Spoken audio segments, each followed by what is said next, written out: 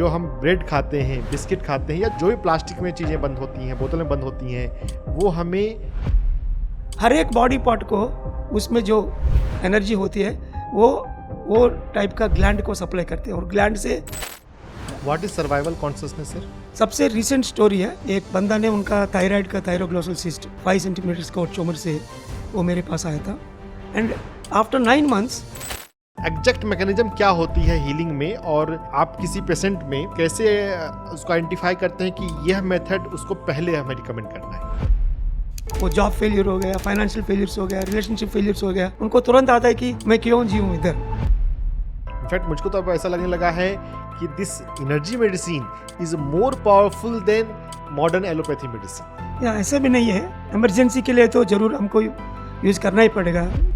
Diabetes is not a big disease. अगर हम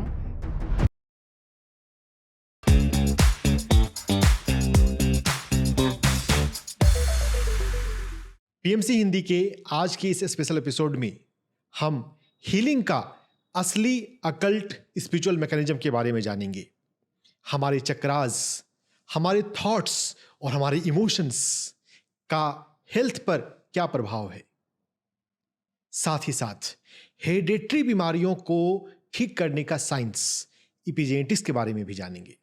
सबसे रिसेंट स्टोरी है, एक बंदा ने उनका थायराइड का थायरोग्लोसल सिस्ट 5 सेंटीमीटर का ट्यूमर से वो मेरे पास आया था, और उनको आश्रम धर्म मतलब हमारा जो मेडिटेशन का एक पिरामिड और रहने के लिए व्यवस्थापन रूरल में 1 एकड़ का ज़मीन में जो होता है वो सेंटर में उनको रखा गया था। पहले 40 दिन और इसके बाद थोड़ा बहुत टाइम होने के बाद अगेन फिर दूसरी बार और तीसरी बार, ऐसा 3 टाइम्स 40 दिन वो विस्तार रूप में वो ध्यान किया था। वो ध्यान करने से उनको ऊर्जा से पहले उनको ये जगह में क्लीनिंग प्रोसेस शुरू हुई थी, और इसके साथ साथ उनको यही मालूम हुआ कि बचपन से उनको गाना गाने में बहुत शौक था। वो काउंसलिंग में वो बात बाहर आ गई। सो हम लोग हमारा थायराइड का जो किताब है स्पिरिचुअल टैबलेट, उसमें हम लोग बोलता है कि वो नेगेटिव स्पीच से बाहर आना चाहिए, पॉजिटिव और मिराकुलस स्पीच होने ही चाहिए, एंड वो इसके बात के ऊपर पूरा विश्वास रखा ही है वो। और जो लोग को मौन करना है मौन भी करना है, और एक्सप्रेशन करके दूसरे लोगों को सत्य को देना है तो वो भी देने के हैं, और सच्चे प्रवचन मतलब ध्यान प्रचार और ज्ञान सबको भी देना है। ऐसा ये दुनिया में उनका पर्पस है तो वो भी करने के हैं, एंड फाइनली संगीत को सीखने का उनका शौक है। तो सो वो जगह उनको पता चल गई, और वो एक हॉटस्टार का ऐप उनका मोबाइल में डाल के वो कराओके के साथ सिंगिंग प्रैक्टिस भी शुरू किया था। अरे वाह। सो ये देखने में थोड़ा हंसने का बात है, लेकिन डेली वो 2-3 घंटा ध्यान और 2-3 घंटा ये सिंगिंग का प्रैक्टिस पूरा किया था इन आश्रम और बीच बीच में घर में दोनों मिला के। एंड आफ्टर 9 मंथ्स उनको फिर हम स्कैनिंग भी करवाई, जो बाहर ट्यूमर दिख रही है वो तो पूरा की पूरा 0 है, एंड अभी अंदर जो स्कैनिंग में only 1 centimetre tumour is there, externally nothing is visible. उनको कॉन्फिडेंस इतना बढ़ गया, अभी पूरा की पूरा फैमिली शाकाहार और ध्यान में आ गया था, और they are from a rural simple family who doesn't even know ABCD of meditation. आपकी इस स्टोरी को सुनते हुए मुझे भी अपनी एक हीलिंग स्टोरी याद आ गई। बेंगलोर में मेरी एक पेशेंट जो कि सीनियर सिटीजन हैं, उनको मल्टी नोडुलर गोइटर हो गया था MNG, और ENT स्पेशलिस्ट ने बोला कि तो सर्जरी इसकी करनी पड़ेगी। तो मैंने चक्रा हीलिंग के लिए फ्लावर मेडिटेशन में रिकमेंड करता हूँ, उसके साथ उन्होंने ध्यान करना शुरू किया, और मैंने उनको कुछ एक्यूप्रेशर पॉइंट्स बताए, कुछ अफर्मेशंस बताए, और मतलब बहुत से लोग मुझसे कंसल्टेशन लेते रहते हैं, तो मैं तो उतना ट्रैक नहीं रख पाता हूँ एक्टिव ट्रैक की किनका प्रोग्नोसिस क्या रहता है। मैं बेंगलोर में ध्यान कराने के लिए गया था, तो वहाँ पर मेरी मेडिसिन क्लास में वो आई कि मुझे अपना एक्सपीरियंस शेयर करना है। मुझे तो याद भी नहीं कि मैंने इनको कंसल्टेशन दिया है, और वो बोल रही हैं कि डॉक्टर रंजन की वजह से मेरा जो सर्जरी करना था डॉक्टर ने बोला वो हील हो गया। तो डॉक्टर रंजन का जो ये मेडिटेशन सिखा रहे हैं, आई हाईली रिकमेंड, मैं ये करना चाहिए। और यहाँ पे सर मुझे एक ऑस्ट्रेलिया के सर्जन हैं doctor Ian Harris, orthopaedic surgeon हैं। सिडनी में गवर्नमेंट हॉस्पिटल में वो सर्जरी करते हैं, लेकिन उनका इथिकल प्रैक्टिस में बहुत विश्वास है। और उन्होंने सर्जरी को स्टडी करते हुए एक किताब लिखी है, सर्जरी द अल्टीमेट प्लेसिबो। उस बुक का रिव्यू मेडिकल जर्नल में भी पब्लिश हुआ है। एक सर्जन, एक ortho surgeon is writing a book on surgery the ultimate placebo. He does surgery every week, लेकिन वो ये भी कहते हैं कि दुनिया में जितनी भी सर्जरी हो रही हैं उसमें काफ़ी सर्जरी, वो अप टू 50% जो है वो उसकी वास्तव में ज़रूरत नहीं है, because surgeon believe that this is the only way to cure.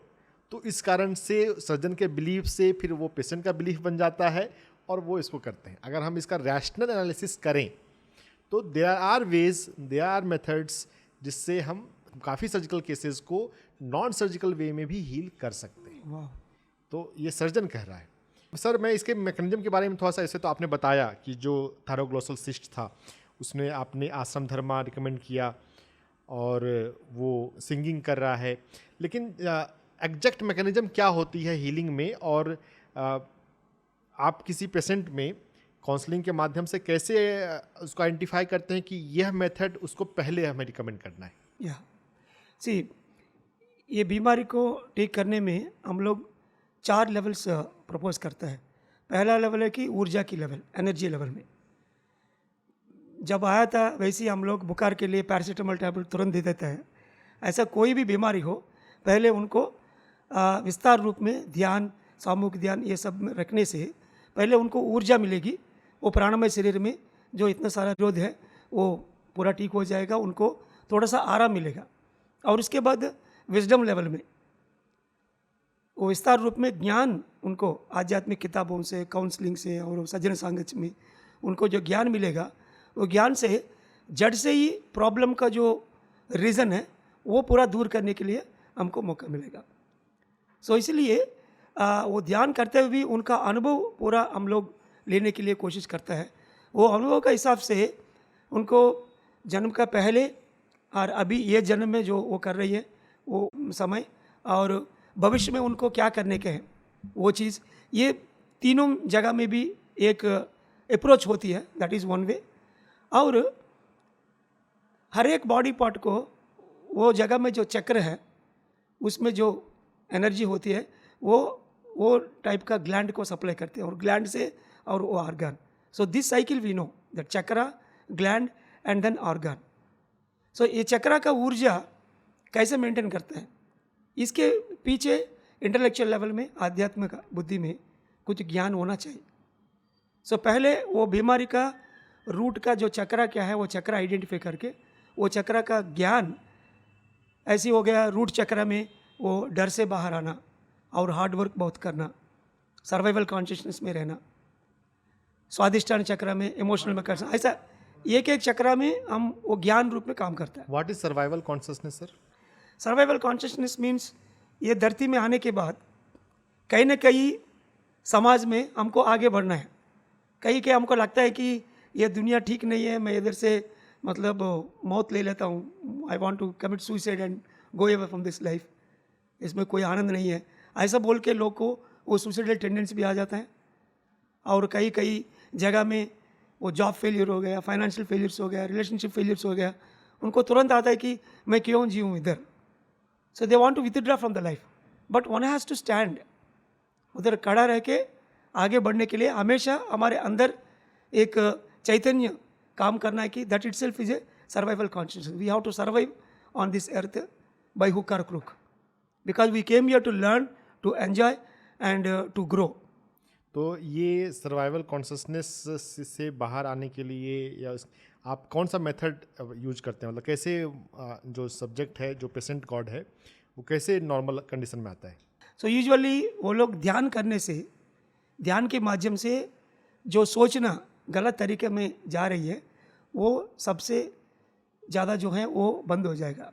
50% उनको इंटेंस मेडिटेशन से ही रिलीफ होता है, और इसके बाद 40% तक वो रेगुलर डिस्कशंस में पहले जो केसेस हुआ वो केसेस, मतलब सज्जन सांगत बोलते हैं उनको, वो टैबलेट, वो केसेस को, दूसरा केसेस को सुन के और उनका सिचुएशंस को एनालिसिस करना, कुछ ना कुछ हुआ है तो वो क्यों हुआ, उनके पीछे उनको मतलब क्या करने गए वो नहीं किया इसीलिए ये ऐसा हो गया। सो वो सिचुएशनल एनालिसिस इससे भी उनको मालूम हो जाता है। और कभी कभी उनको जो ऑब्जेक्ट साइंस मतलब रिपीटेटिव ऑब्जेक्ट्स जो ड्रीम में डे टू डे लाइफ में खुद उनको ही दिखता है, लाइक ए फायर एलिमेंट और a earth element, like a stone बार बार उनको दिख रहा था और एक फायर दिख रहा था। ये फायर के पीछे उनका पावर के बारे में उनको ज्ञान दिया जाता है, स्टोन के पीछे हार्ड वर्क के बारे में। ऐसा हर एक ऑब्जेक्ट साइंस जो हम लोग रेडियोलॉजी में एक इन्वेस्टिगेशन देख के हमको मालूम हो जाता है, वैसा ये ऑब्जेक्ट्स के पीछे इतना सारा ज्ञान है, वो भी हम लोग 16 साल रिसर्च करके वो भी पूरा मतलब हम लोग पब्लिश किया था। ये ड्रीम वर्क के बारे में सर थोड़ा सा और बताइए। फायर आपने बताया, स्टोन बताया, और क्या होता है इसमें? वैसे ही पूरा चीज़ दिन में अपने इतना सारा, एक सेल फोन हो गया, सेल फोन किसके लिए यूज़ करता है? समाज से हमको डिस्कशन करने के लिए। आध्यात्म में कहा जाता है कि हर एक आदमी को शरीर धर्म रहेगा, कुटुंब धर्म रहेगा, स्वधर्म रहेगा, ये 3 गोलियां हैं। शरीर धर्म माने केवल शरीर को अच्छा रखने के लिए, आनंद लेने के लिए। कुटुंब धर्म बोलने से आपको समाज से आप रिलेशनशिप को अच्छा रह के भी आपको जो कंट्रीब्यूट करना है समाज को वो भी हमको मालूम होना चाहिए, और समाज से हमको क्या लेना है, उनसे आनंद रहना, ये कुटुंब धर्म कहा जाता है। स्वधर्म बोलने से प्योर सोल कॉन्शियसनेस को बढ़ाने के लिए, वो पूरा रात भर हमको ध्यान और ज्ञान। इसमें समाज को हमको कांटेक्ट मोबाइल होती है। सो मोबाइल के बारे में कोई ना कोई अनुभव, या स्वप्न में हो सकता है, दिन में हो सकता है, वो खराब हो या नया मिला। It is only an object science which is only in A 2 dimensional thing. Energy और इसमें विजडम नहीं रहेगा, लेकिन चैतन्य रहेगा हर एक ऑब्जेक्ट के अंदर। जब आदमी को ये संघ धर्म के बारे में यूनिवर्स ने कुछ ना कुछ बोलने के लिए कोशिश करता है, तब उनका मोबाइल के बारे में कोई ना कोई अनुभव वो उल्टा पलटा आएगा। वो पॉजिटिव आया तो वो सही है, नेगेटिव आया तो वो उधर वो पॉइंट में चेक करनी है। So this is the most important crux of the spiritual tablets which we have invented. And ये बार बार रिपीटिशन जो ऑब्जेक्ट साइंस उनको मिल रही है, खुद का जो माइंड के ऊपर काम करके वो कहीं ना कहीं उनका विश्वास यानी बिलीफ सिस्टम्स और जो रिपीटेटिव बिहेवियर है वो ऑटोमेटिकली क्लियर हो जाएगा। तभी आदमी वो ज्ञान लेकर आगे बढ़ने के लिए कोशिश करे और बीमारी भी जड़ से ही निर्मूल हो जाएगा। इसमें मैंने भी सुना है कि कहते हैं कि आप ड्रीम जर्नल मेंटेन करें, पिल्लो के पास एक नोटबुक पेन रखें, मॉर्निंग में जो सपने दिखें उसको लिखें, है ना। तो ड्रीम जर्नल मेंटेन करने से आप अपने ही ड्रीम से मैसेज ले सकते हैं कि आपको आपके ड्रीम में आपको क्या मैसेज दिया जा रहा है। ऐसा बोलता है, लेकिन it is not only dream, they actually 7 तरीका का अनुभव। ड्रीम और उनका ध्यान में तीसरी अंक का अनुभव, डे टू डे लाइफ में उनका कोइंसिडेंसेस, किताब में जो पढ़ रही हैं वो वाला भी लेना है, उनको कोई गुरु होते, गुरु क्या क्या बोल रहे हैं वो भी लेने का है, पूरा एनालिसिस करनी है। सबसे लास्ट है कि उनका बदन में कोई बीमारी हो गई तो बीमारी भी एक अनुभव है, वो जगह में क्यों आया, वो बॉडी पार्ट को पूछने से खुद उनका अनुभव और बॉडी पार्ट उनको बताएगा टेलीपैथिकली, ऐसा ऐसा गलत तुम कर रहे हैं इसीलिए मैं ये जगह में आके ये वो स्टैग्नेशन से मैं इधर आया आपको बोलने के लिए।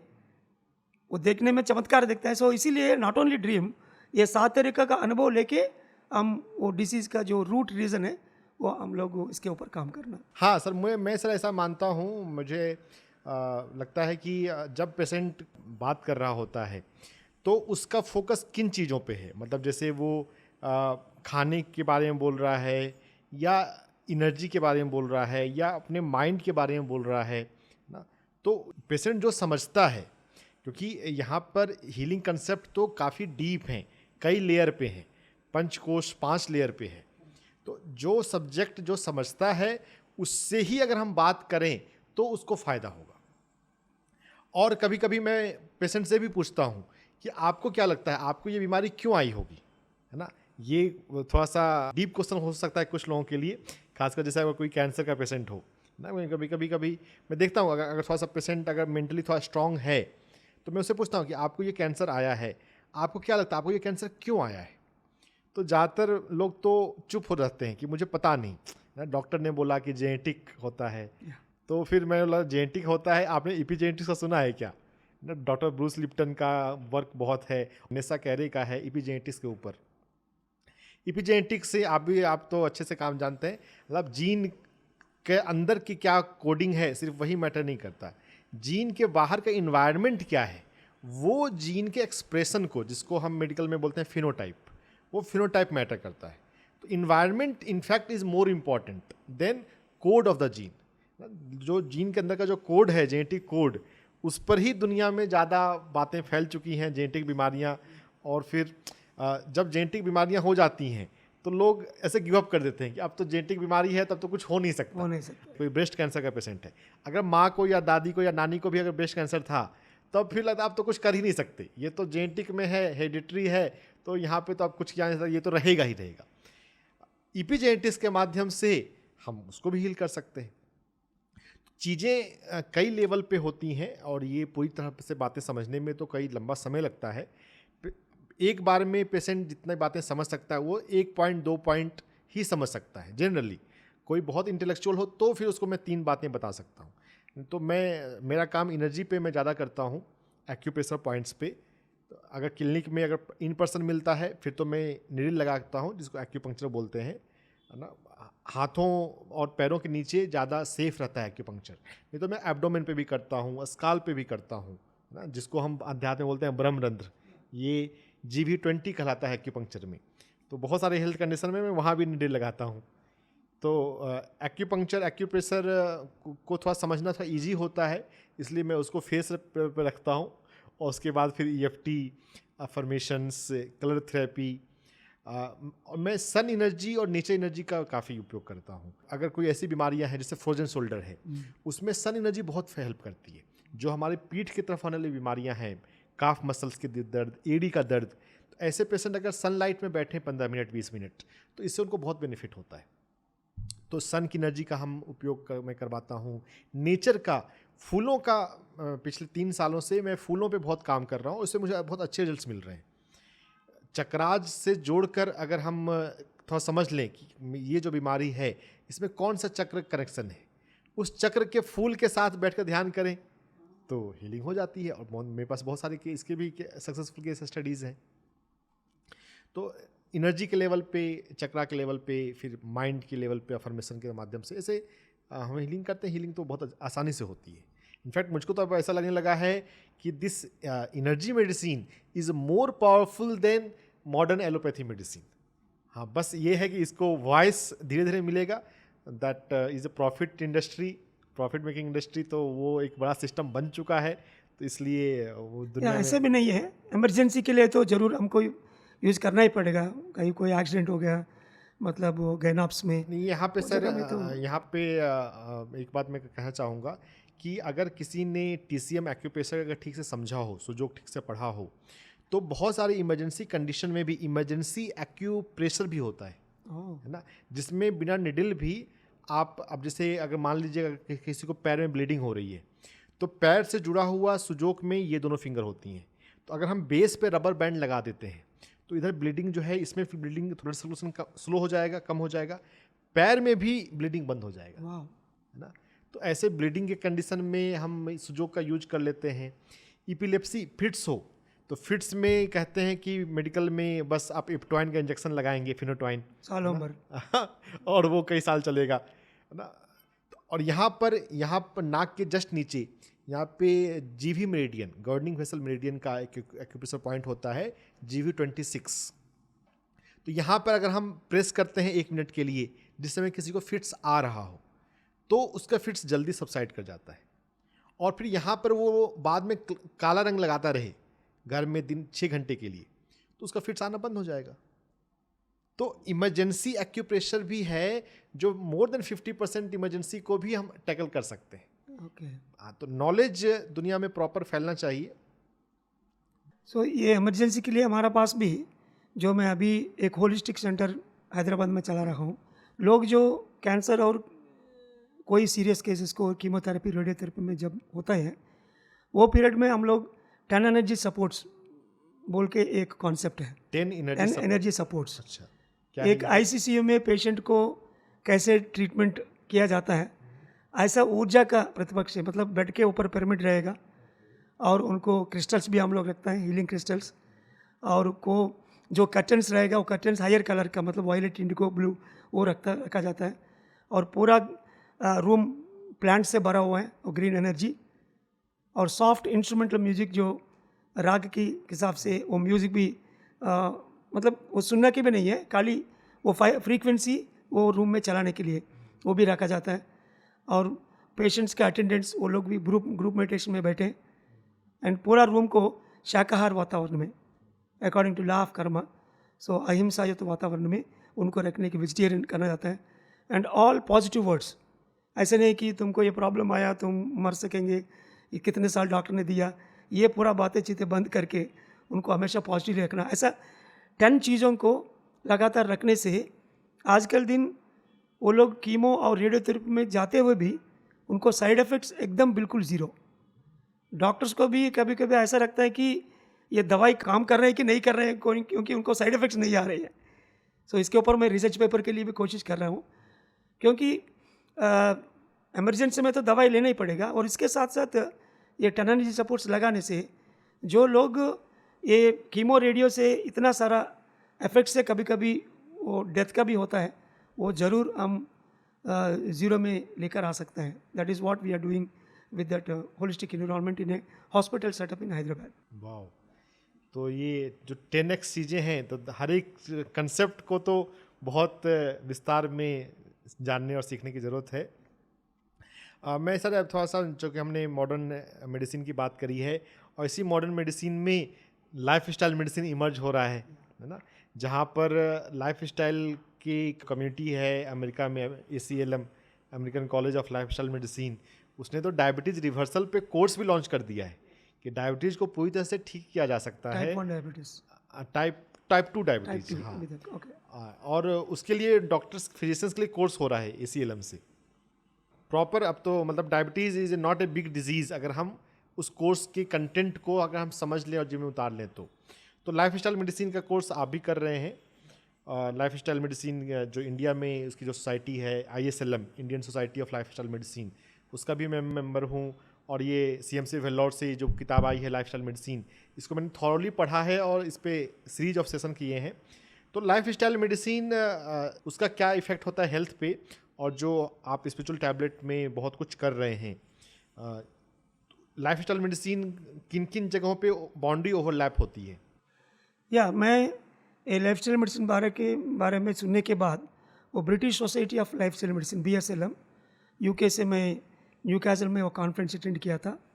सबसे पहले उधर कम से कम 800 लोग आए थे, उसमें 600 डॉक्टर्स, 800 डॉक्टर्स, उसमें 600 लोग एकदम डॉक्टर्स है, GPs है।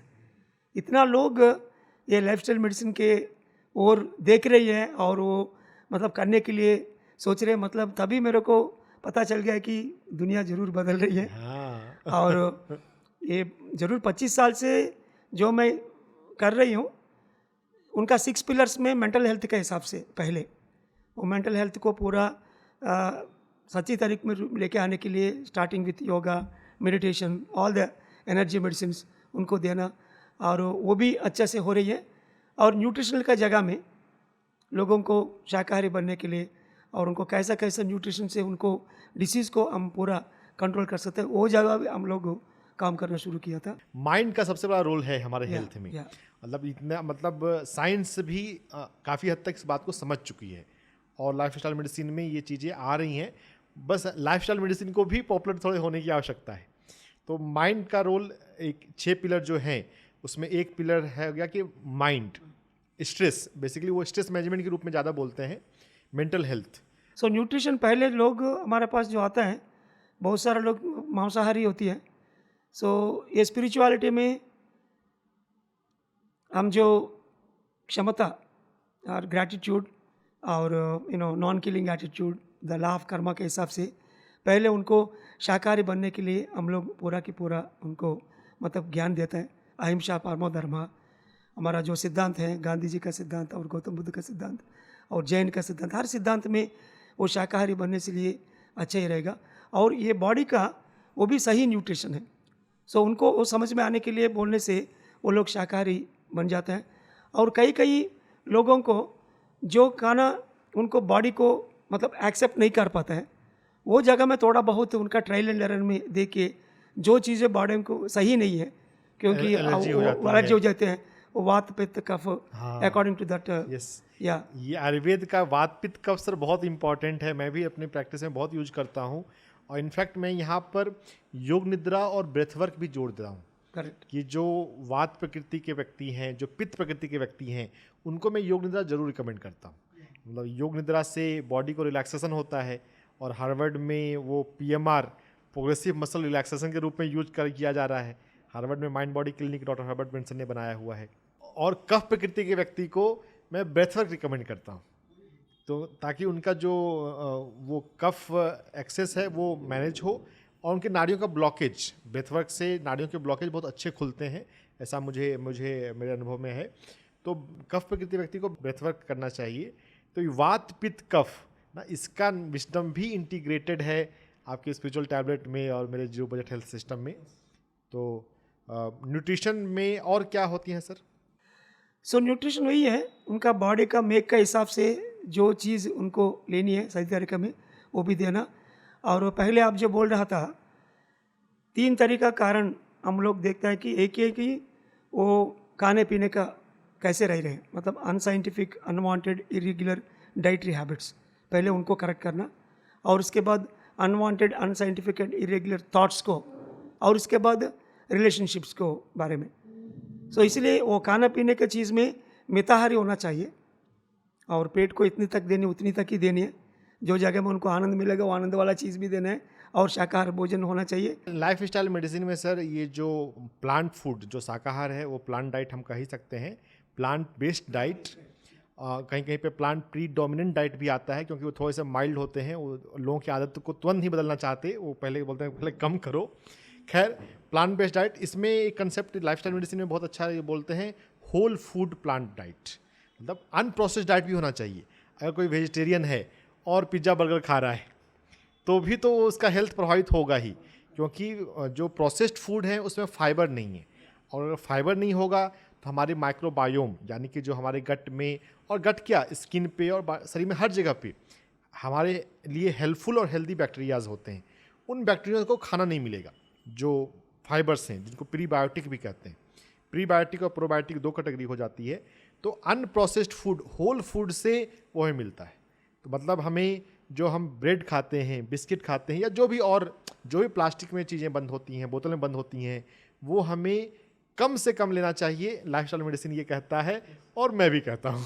और वो भी मेरे को डॉक्टर कादर वली पद्मश्री, हाँ, उनसे बहुत बार कई बात भी हुई थी। वो इतना रिसर्च किया इसके ऊपर, मिलेट से, वो मिलेट के गंजी से वो मतलब पूरा माइक्रोब्स को, गट बैक्टीरिया को इतना विस्तार रूप में हम लोग ऑल B12 प्रॉब्लम्स, बहुत सारा न्यूट्रिशन प्रॉब्लम्स उनसे। विटामिन B12 के लिए कहते हैं कि सप्लीमेंट लेना ही पड़ेगा, लेकिन अगर कोई डॉक्टर खादर वली का फर्मेंटेड मिलेट ले रहा है, Yes, yes. गंजी, तो उससे तो विटामिन B12 बहुत होता है उसमें। और गवर्नमेंट ऑफ इंडिया ने डॉक्टर खादर वली को इनके अच्छे काम के लिए पद्मश्री भी दिया है। उनका भी इंटरव्यू PMC हिंदी पर आया है। उम्मीद है आज के एपिसोड में आपको बहुत कुछ सीखने को मिला होगा। और किस टॉपिक पर आप विस्डम चाहते हैं, हमें कमेंट करके बताएं।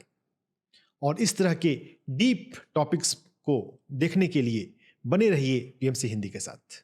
PMC